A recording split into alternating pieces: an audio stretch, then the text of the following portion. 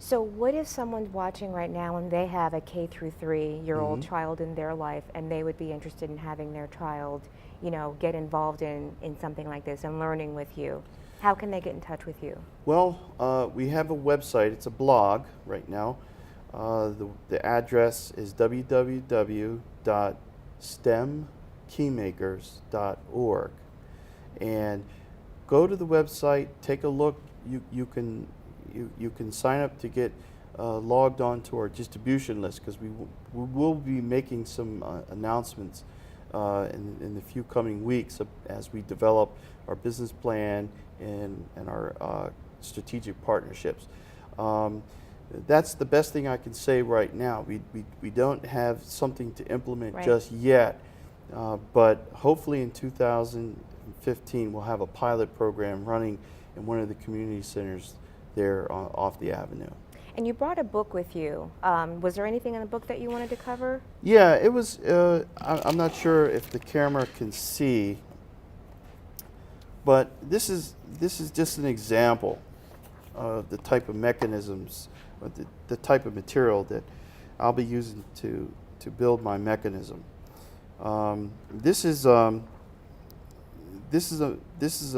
kit that comes from Lego engineering, and Lego engineering has been in the field of robotic development for kids and curriculum development for a number of years.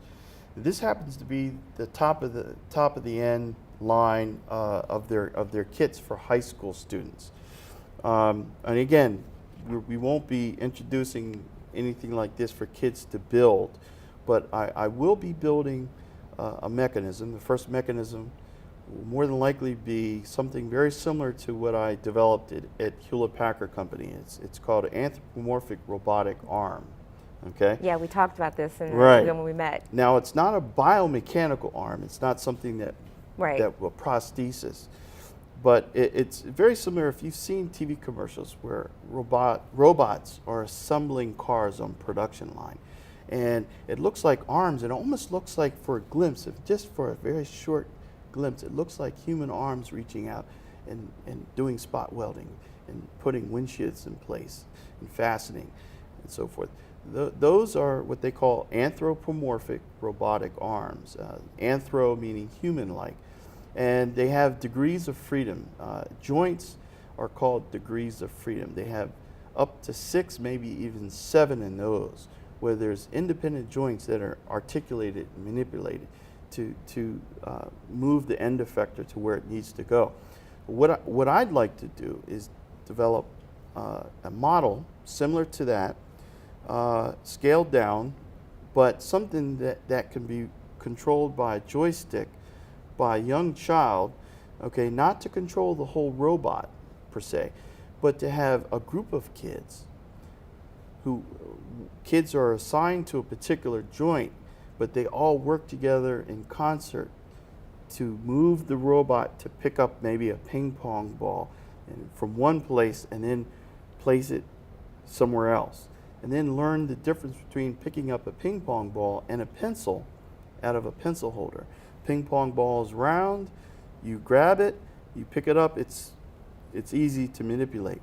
But a pencil, you reach out, you can't just snatch it away, you'll knock it over. So you gotta pick it up straight up until it clears, the holder, and then now you can move it around and then place it into another location. That's very similar to the robots that we developed at HP at the time, which is now Agilent Technologies. Chemical laboratory automation is what we called it. Scientists were doing, say, rapid drug discovery development at pharmaceutical companies. They were some of our bigger customers. They wanted to try out compounds of various levels of mixture and so forth, and there could be thousands of these compounds mixed in various ways, but it would take hours, days, weeks for a group of technicians to make all the various compounds just precisely. Well, we developed robots to be able to automate that process for them. And so that's something, it's an example of an application that, of course, we're not going to be doing any pharmaceutical development.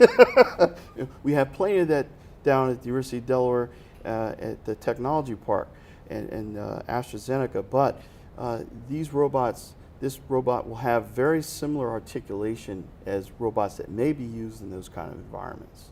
One of the other great things for the children involved in that is that it's also giving them a lesson on collaboration and teamwork, because there's not one single person who's controlling everything and making everything happen. They all would have to work together to make it happen. That's right.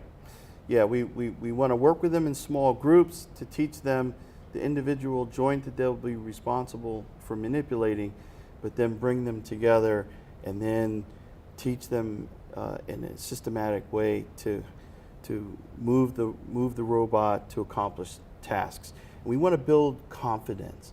We want them to feel like they've accomplished something. And at the end of the program, we want to have a banquet with them and their parents and the collaborators, and then give them keys. And that's why the name Keymakers comes into the name of the organization, STEM Keymakers. We want to give them keys so that they will remember they hold the key to their future, to unlocking their potential, not someone else. And this is your first step. If you can accomplish this, you can accomplish the next step. And so give them confidence, give them a little sense of direction. When they get into the curriculum where it's a little more advanced and they're actually, okay, maybe starting to learn, some algebra or, understanding trigonometry, angles and shapes in a little more detail, they'll reach back and say, you know what, I already learned how to manipulate robots. This is nothing, and then they'll be able to, they'll say, oh, I'll build my own robot now. Okay, so that's the general idea. And it's so important to already have that success to be able to recall.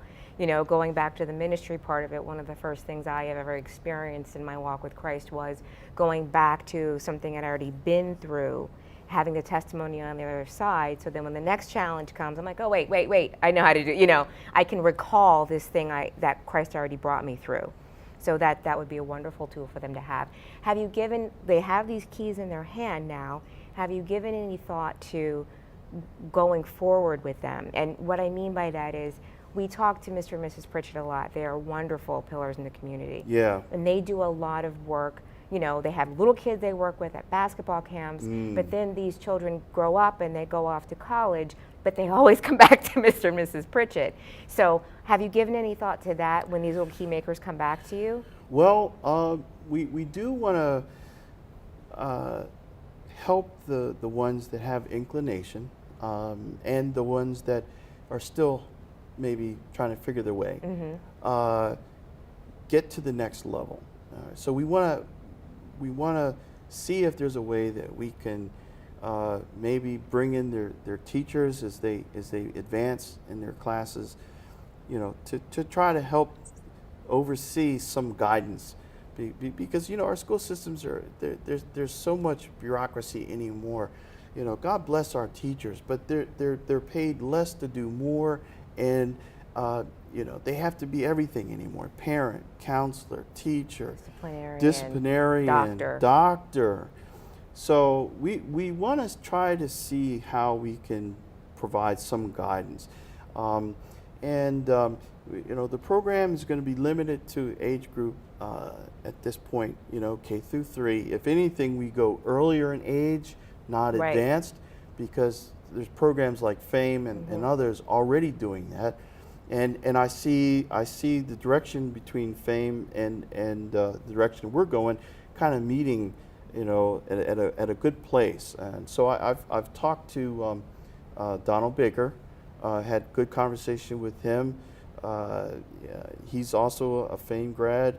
He's also a Morehouse grad. We see eye to eye. We met. It was like we knew each other all our lives. So I look forward to working with programs like FAME and so forth. So yes, I will want to keep an eye on some of these kids because I know how important that was.